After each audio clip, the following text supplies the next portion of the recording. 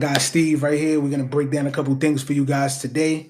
Our topic for today is going to be why was BRICS formed? What is BRICS? What is BRICS Plus? Why does this matter? And how does BRICS impact the U.S.? Yo, Steve, take them on a history ride. Kind of tell them how we got here. What's going on, guys? Champ, appreciate that. Listen, guys, in order to know where we're going, you have to one, know your history, and two, you have to follow geopolitics, right? Because for some odd reason, we feel like whatever's happening across seas has no effect on us in the United States, and we are pretty much insulated, you know, to a degree. But now it's getting real. So to take you back, I want to go to, and I'm not going to go into too much detail. So there was two leaders, Gaddafi, Libya, uh, and then Saddam Hussein, Iraq, right? And we all know how both of those ended. And if you don't, they were both pretty much murdered. Um, Gaddafi, I want to touch on because the way that the United States shed light on this gentleman, if you know the history, you kind of know that we rewrote every history book in the world and kind of made it theirs, right? I'm not even part of that situation. So Gaddafi had aspirations of creating his own gold standard, right? Gaddafi was also going to take this to every nation in Africa and join together. So at that time, if this would have went through, Africa would have been the richest continent in the world by far if they would have all been on this gold standard movement for Africa, right? It would have totally changed the game. But of course, the United States playing Big Brother, concoct stories. You know, there was a revolution going on in Libya at the time, and from whatever they're telling us, we just had to take advantage of that because we didn't have boots on the ground. So, long story short, they end up invading, right? Uh, Murdering Gaddafi and putting an end to that. So the reason that's important because a lot of people felt like it could have been they were oil rich, but it wasn't about the oil. It was really about the gold and moving to that monetary system that was going to connect all of Africa. That was the biggest issue that the United States had, and that's why they deployed, the act of violence against that country just to get to this one man. Fast forward to Saddam Hussein, same situation. He's looking to sidestep, these central banks, this petrodollar, create his own situation, his own system with the gold standard, and the same outcome: weapons of mass destruction, 9/11, weapons of mass destruction, go in, and we all know how that story ended. What you guys have to realize is anybody that has tried to sidestep the United States petrodollar has been met with force, brute force. Right? There's not even no negotiations in this, and this was going back in the day. The one correlation I made between Gaddafi and Saddam was they didn't have weapons of mass destruction. These two guys, if they had the capabilities of setting it off on America with nuclear weapons, without a doubt they would have did it, without a doubt. But the U.S. knew what they had and didn't have, and that's why they came in to swoop down. And it was they were fairly quick wars in the sense. Um, so now here's a personal story, right? Me being a first generation Haitian American, Haiti is sitting on about $32 trillion worth of iridium, right? So it's one of the strongest um, commodities. This thing is for all things nuclear warheads. This is one of the major ingredients in this, and Haiti is rich. Is a rich nation with this situation. So before the president of Haiti was assassinated, where most people would think, oh, this is because of the vaccine, it wasn't because of the vaccine. He held a meeting with Putin, the president of Haiti, and they discussed Russia opening their first embassy in Haiti ever. Another little history lesson. Putin has been the only world leader to ever, um, I guess, call Haiti a free country, right? There hasn't been another world leader in our modern time that has ever addressed Haiti as a free country. And Putin has always said that. And Putin's stance on Africa was the same. He's always told Africa, he was like, listen, for as long as you keep letting these Americans into your country to colonize, you will never, ever be able to stand on your own. So this is what Putin was doing. So again, they paint the picture of dictator, whatever you want to call this guy. The same thing with China. They paint this picture of dictatorship. I mean, we have a false sense of freedom here. This isn't a democracy, guys. It's a republic. So that's another story for another day, right? So, demonize these guys, call it what you want. So when the president of Haiti met with Putin for the embassy situation, this was what created the assassination on this guy. It was going to be the first Russian embassy. And if you know anything about Haiti, you know that it's always the U.S. big brother coming to the aid. They understand the value of that iridium. It's $32 trillion. This is one of the richest nations in the country. But if you listen to the United States, they'll tell you it's the poorest country in the Western Hemisphere. Understand? So with that said, they had to do away with the president and put the interim person in who in the United States pretty much owns everything in Haiti. But this president was definitely progressive in his stance towards financial independence, and this is what everybody wants at the end of the day. And now we have this petrodollar that's failing. So back to the history again. The reason that the United States was able to hold the title of world reserve currency was because they did a deal with Saudi back in the day to offer them protection against Iran. So if you know, Saudi's the number one oil importer in the world, right? So once Big Brother comes in, offers this protection, it's a game changer because they said, listen, in order for us to protect you against Iran, we're going to need you to operate with this petrodollar and only utilize that as the world reserve currency when people are buying it. And this is what propped up America as a United States as a superpower in the world because it was every oil transaction coming out of Saudi was processed through this petrodollar. Mm-hmm. Now we fast forward to today. So I told you the two things that those guys didn't have was what? Weapons of mass destruction, Gaddafi and Saddam, and they were taken care of, at separate times. We fast forward to today where Champ's going to tell you what is BRICS. And BRICS started with, Champ, you can take it over. So what is BRICS, guys? It's an acronym for these following countries. It's Brazil, Russia, India, China, and South Africa, right? All of these countries have one thing in common. They all wanted expansion. They all wanted to move away from the United States interests, and they wanted to get from up under the stronghold of the United States. That's it. Now you have what's called the emergence of BRICS Plus, which is additional countries and economies who are looking to join the BRICS imprint. And these countries are Saudi Arabia, you have Iran, Argentina, Indonesia, Turkey, Saudi Arabia, and Egypt.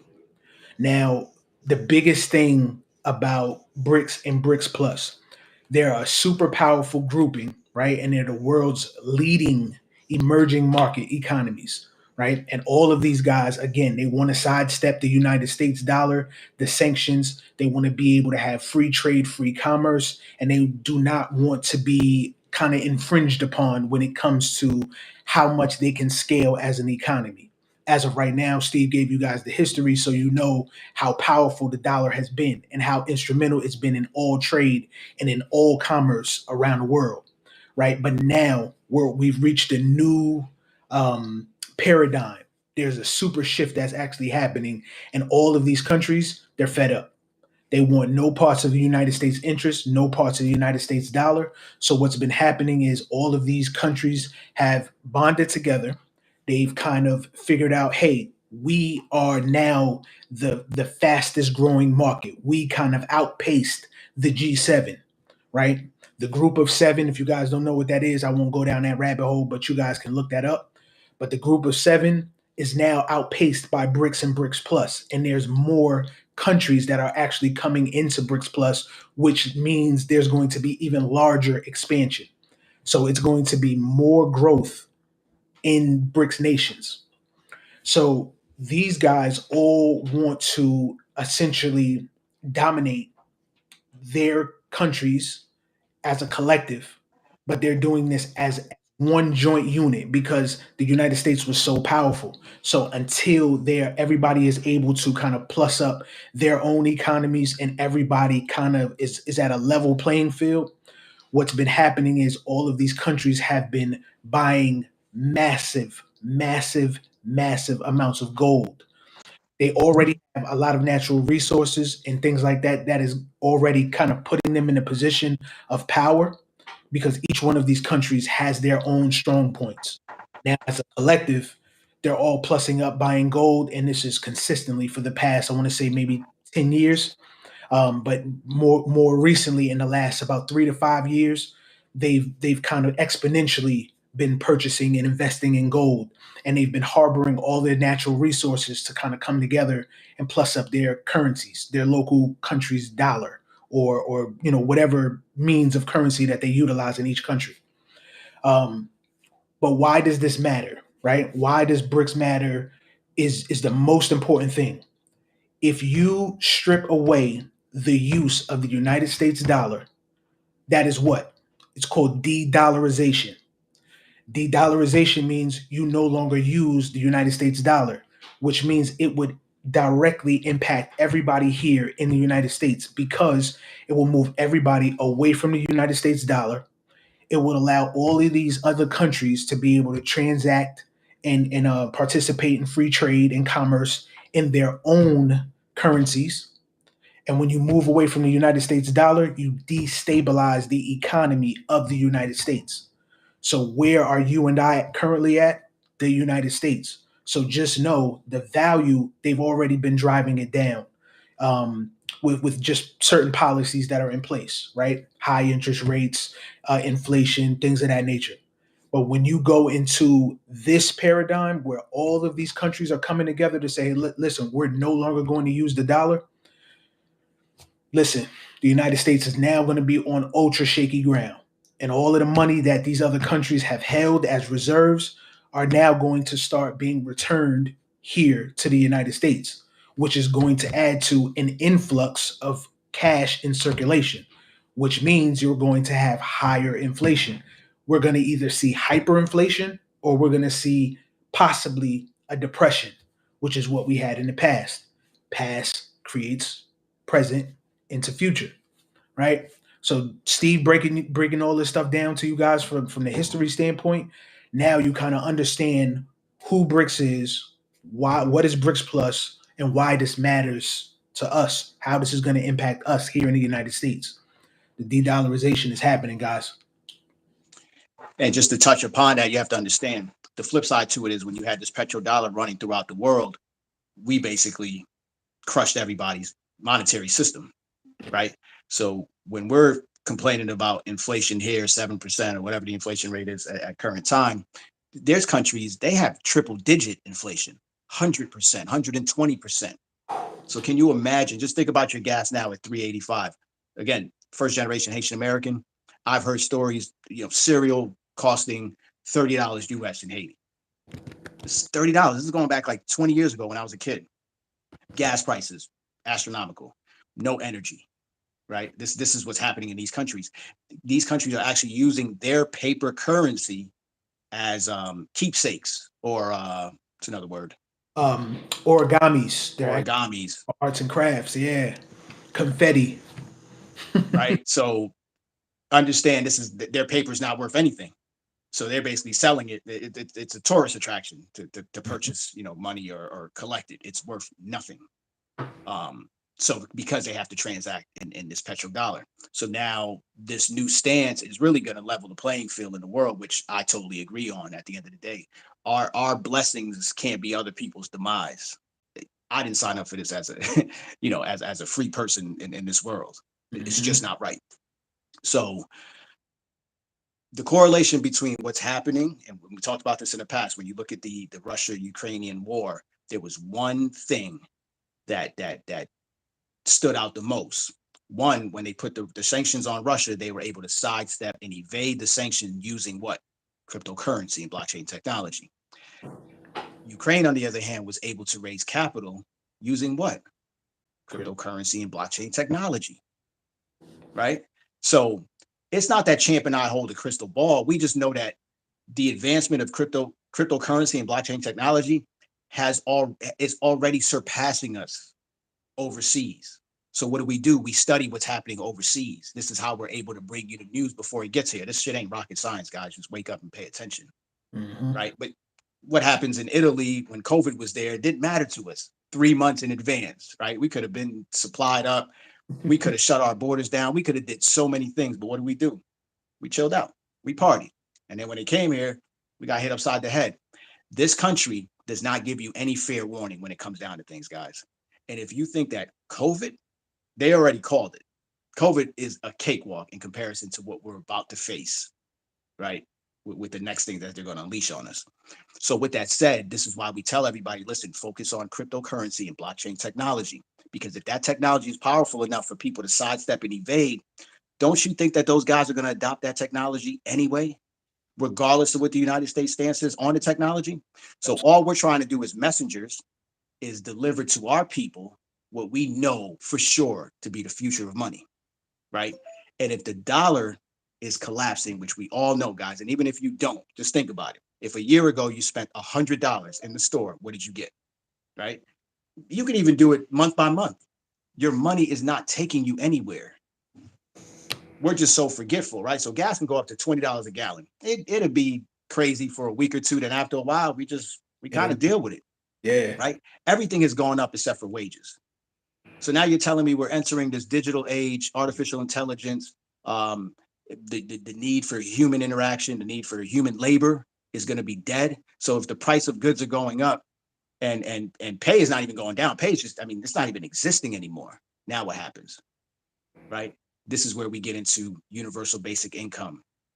Understand government programmable money, social credit system, all of these topics that I'm talking about right now, we're going to start shooting some lives on each one to prepare you for it. So we're attacking this, multifaceted, guys. We're not just crypto guys. We're in geopolitics now. They let us in. We look different, right? The what we've heard the most was from our peers and our students is, when you have guys that look like you who can analyze things from a different lens, right? Champ and I aren't trained. We're not like Harvard business guys and economists and things like that, but anybody could be. That's just a title. It's how we view the world through the eyes of Black men in America, period, right? And our success in this world, it falls on the success of how successful the United States would be. Absolutely. Right? Because we've seen it from all vantage points. We've been taken advantage of. We've risen through the ashes. No one's been battle tested like us before. So our opinion matters in this, right? So you can go ahead, listen to the white economists. Go to Fox News. Don't go to CNN. I'm just telling you that the information is out here. You guys are sleeping. Your money is slowly dwindling. It is losing value. They are going to switch the monetary system globally, right? Without warning. The reason we tell you guys to get the information now is because when they do flip the switch, there's going to be something called programmable money. I'm just going to keep it as simple as possible, guys. And let's not act like we don't know what programmable money is. Anybody that came from the projects or hard times, WIC, right, which is the food program given to the poor, or lower class. In order to buy food, you were told where to buy, what to buy. Programmable money from the government, right? I keep hearing people saying, "Oh, I don't want to CBDCs. You guys don't know enough about it," right? Because right now, drop the C, which is the central, but bank digital currency exists today. Over 90% of our money today is in a digital form. Absolutely. So who's tracking? Who's on first? Who's on second? Stop acting like when you swipe that debit card that you're under the radar at the end of the day, right? So one of the things that jump out at me the most, and I've been saying it a lot at the World Economic Forum, the consensus it says, and this is the quote. This is for mankind now. These guys are telling us, own nothing and be happy. Meaning when the money's programmable, you can't buy assets with it. It's going to have an expiration date on it within minutes. You can't transact that quick. But for the people in this university that are versed in how things are going to move, there's always a back door. That's one thing about these guys is they will always build a few different back doors. And because we're in the information age, there is no point in being dumb at all. Like you cannot ignore this. That's kind of my take on it. But Champ, I'd love to hear your take on, where you see this going. Then on top of that, guys, I'll leave you with this, right? So there's a lot of FUD going around. There's a lot of misinformation. Guys are making it seem like this is going to be the demise of America. And I kind of thought this at one time too. And I'm like, there's no way we can go down like this, right? We still have a stronghold on this world at the end of the day. We are the smartest people in this world. that give, some of the best technology comes out the United States.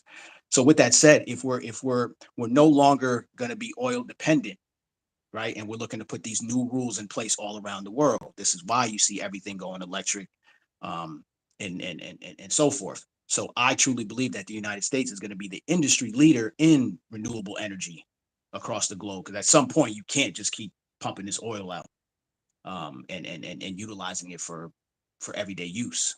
But the Absolutely. downside to moving to the electric world, it's going to be picked with a lot of challenges, guys. And guess what? All of it's happening overseas already. China, Italy, everybody almost has a social credit score or system in place already, that they're either fully all out integrated like China, or like Italy and some of these other countries, they're kind of testing it out. They're calling it a uh, kind of a reward system, right? They're not going to deduct anything just yet, but just know that what country would ever reward you and not deduct you for bad behavior or poor behavior. Right. So that's another one we're going to go into. So our next talks are going to be CBDCs, programmable money. I mean, we got a slew of things coming on. So for today, this is BRICS. So Champ, again, love to hear your opinion on where we sit as United States citizens in this switch over. So first things first, you hit the nail directly on the head. So definitely salute to that. You just took the that was super. That was super impressive. I want to hit you guys with a fact before I kind of go into my spiel, and I'll make this quick. So the net cascading effect right now of the global circulation of U.S. dollars is expected to decline 40 to 45 more percent in the next 2 to 3 years, right? And this is a percentage graphic that had just came out. I want to say not even a month ago. It's about 3 weeks ago, and you're seeing this rapidly happen, right? And as de-dollarization continues, you have to ask yourself, like, what's the challenges that you face, and then what's the advantages, right? So I'm gonna go over the challenges first, right? Of dollarization. You have economic sovereignty, where you have so many countries, the dominance of their global trade is affected by how much power that the United States and the government has, right? So that's a problem. You also have currency manipulation, which we see all the time. What happens whenever we are faced with, hey, there's inflation going on? What are we going to do?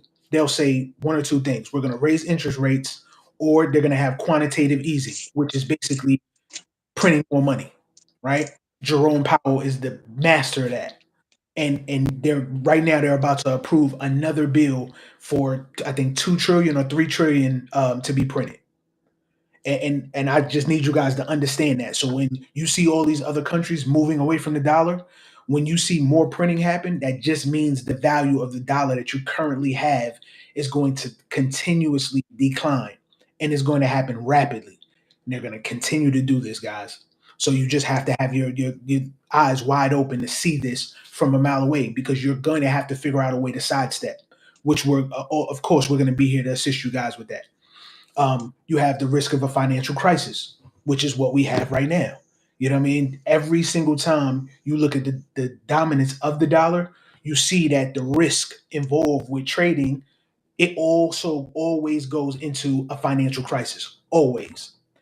Then you have the dependence on the US. Now that works in our favor, and it has worked in our favor for many times, right? But now it's come to an end, right? New system has to come into effect, and countries are tired of it. They're tired of the United States having their thumb on everything, right? Controlling the pulse and the flow of all money. That's not truly how things are supposed to work, right? Globally. So now you got to ask yourself, what are the advantages? When you look at the advantages, you're like, okay, boom, we can reduce our dependence on the dollar. Now we have more free, open trade. All of our economies can now kind of upscale, and we'll be able to be more of an economic and a political force, right? Boom. Now you have your economic stability. When you increase the trade, right, you're able to create more jobs, um, more revenue for people, right? You create an environment where everybody now is able to benefit, and it reduces that financial crisis risk. Then you have reducing monetary policy. There's a couple other things that go into this, right? So I won't go super deep down that rabbit hole, but now as you step back, you see the challenges and then you see the advantages. The advantages always outweigh because think about it. All of the people that live in countries outside of the United States, now they can all operate in their own currencies, in their own economies, and the economies are all stabilized and they're now able to thrive. So now it shouldn't be just the United States is always up here and then all the other countries are its footstool. It's really not fair, right? And then put yourself in everybody else's shoes. Steve, first generation Haitian, he came here and thrived. But think about it. There's people back home in Haiti where he's from that they're hurting. They don't have the means to be able to thrive and do certain things that we have doing. So as we move away from this dollar situation, I'm actually I'm actually happy. One, because I love the idea that everybody can thrive, right? The possibility is now going to be passed and kind Mhm. of out. I do not like the fact that we are going to have programmable money. I do not like to be told what to do, how to do it, when I can do it, how much of it I can have, and how much time I have to utilize it. Right? That is just something I'm not comfortable with.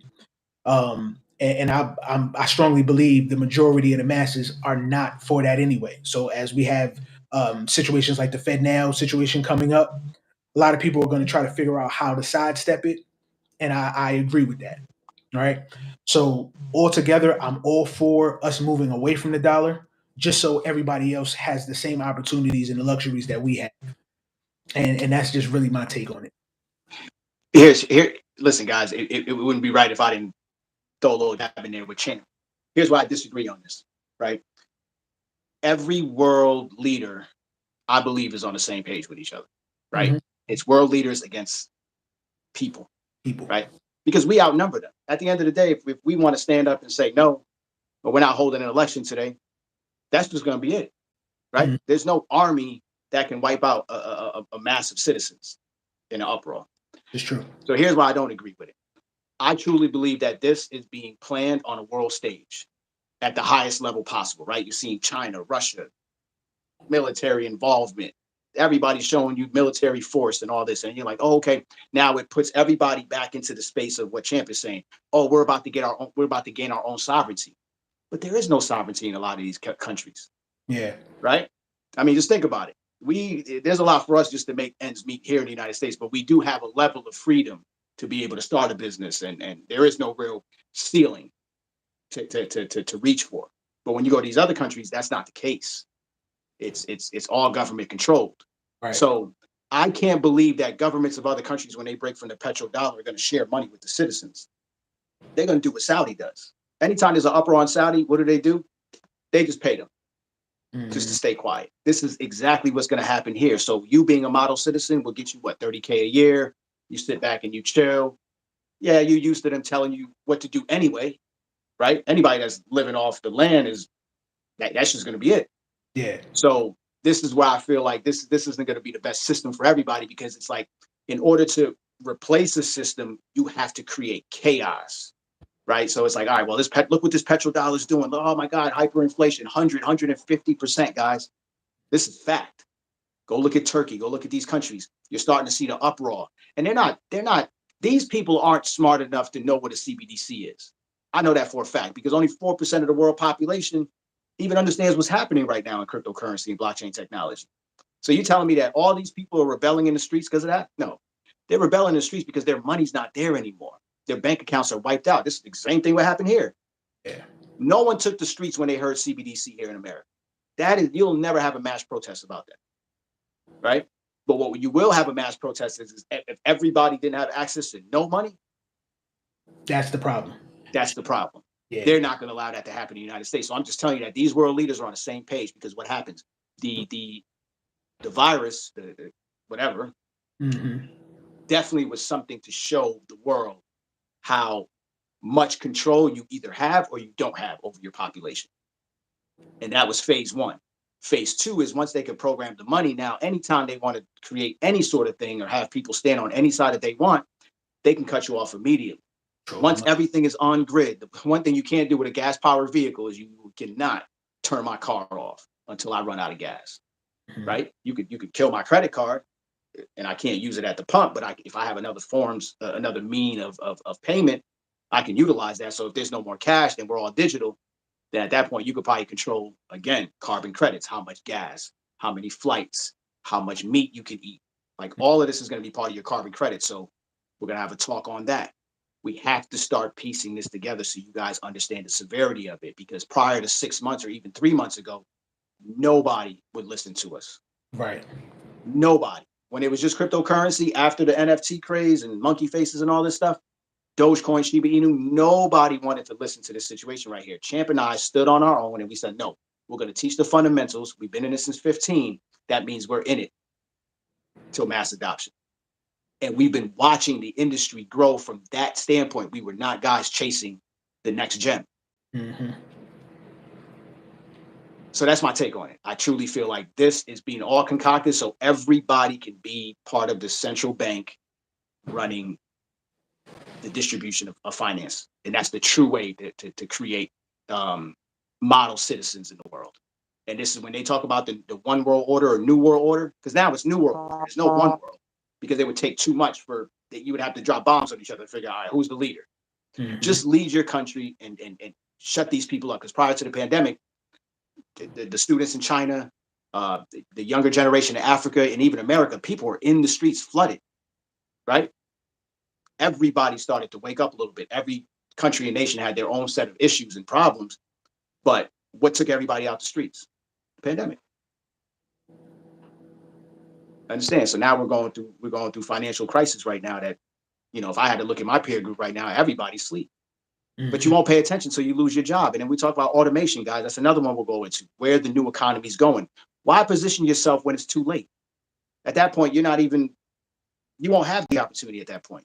Mm-hmm. These guys are coming for the market share. But right now, the Zuckerbergs, these guys, these billionaires, they are not going to usher us into this new world. You got to think every generation has a set of billionaires. Time's up for those guys. That centralized system is done. Now, decentralized, the topic of discussion this week was decentralized is what? Is under attack. They're saying it's a threat to national security. Right. And listen, that's a conversation for another day. I'm in agreement with some of that. Mm-hmm. Right? Allowing anybody to do anything is not the play. It's not the play, because motherfuckers just don't do the right thing. Mm-hmm. Period. Yeah. BRICS in less than 30 minutes. That's it. And listen, guys, in the description of this, for anybody that's new, you'll find our products. You'll find how to follow us, where to follow us, what products we have. You get a little bit more in-depth information. Either way, we're going to keep hitting you with these about at least once a week, but at least twice a week would be our standard moving forward. From now till 2025, and I said this 2 years ago, if you go back to look at old videos on our YouTube channel, I've been said this. From 2022 to 2025 is what's going to be called a financial warfare in the world. It is everybody fighting for position, and not just world leaders fighting for their sovereignty, individuals. Do not put your money and your family's legacy in the hands of any administration in the United States. Period. If I didn't do it with my health, there's no way I'm doing it with my bread. Mm-hmm. Absolutely. Appreciate you guys taking the time. Champ, take us out. Listen, like Steve said, we're going to keep hitting y'all with these. You know what I mean? Appreciate y'all for tuning in today. What is BRICS? What is BRICS Plus? How does this affect us? One for the books. We love y'all. Peace. Amen.